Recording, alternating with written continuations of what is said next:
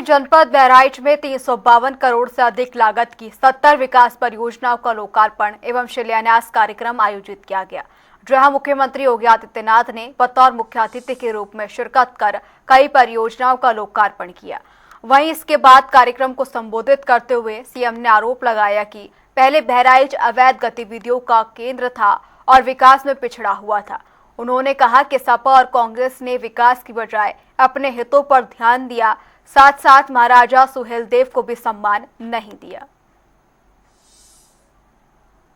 महसी, नानपारा और जनपद बहराइच के मेरे सभी उपस्थित बहन और भाइयों, मैं सबसे पहले भारत की विरासत, भारत के शौर्य और भारत की प्राकृतिक छटा के लिए विख्यात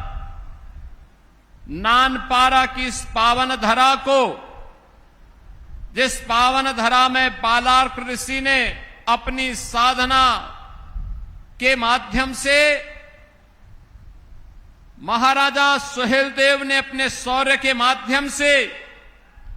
और 1857 के प्रथम स्वातंत्र समर के अमर सेनानी राजा बलभद्र सिंह चहलारी के बलिदान से इस पावन धरा को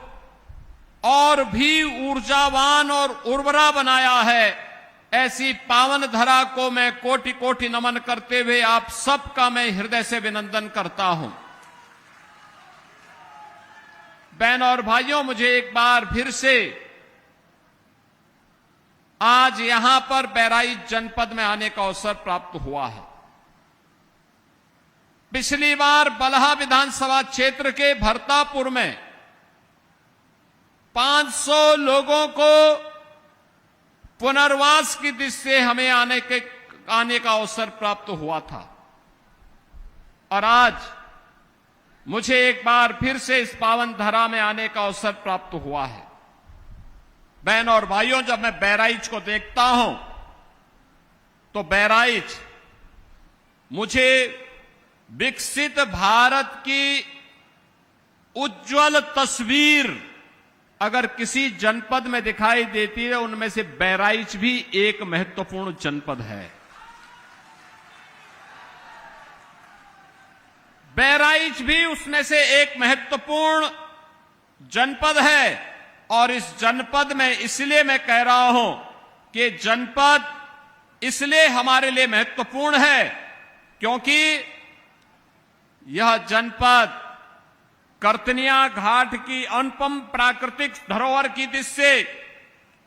और साथ साथ यहां की उर्वरा भूमि उत्तर प्रदेश के अंदर सबसे अधिक नेचुरल फार्मिंग के लिए यानी प्राकृतिक खेती के लिए किसी एक जनपद के अन्नदाता किसानों ने कार्य किया है तो बहराइच उनमें से एक जनपद आता है।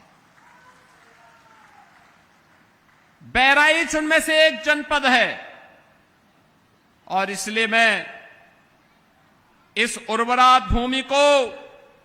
यहां के अन्नदाता किसानों को और ईश्वर प्रदत्त इस प्राकृतिक धरोहर करतनिया घाट और सरयू मैया के द्वारा प्रदत्त इस प्राकृतिक धरोहर के लिए भी आप सबको मैं बधाई देता हूं, आपका अभिनंदन करता हूं। और बहनों और भाइयों, इसीलिए आज 2 विधानसभाओं की 70 नई परियोजनाओं को लेकर के हम सब यहां पर उपस्थित हुए हैं।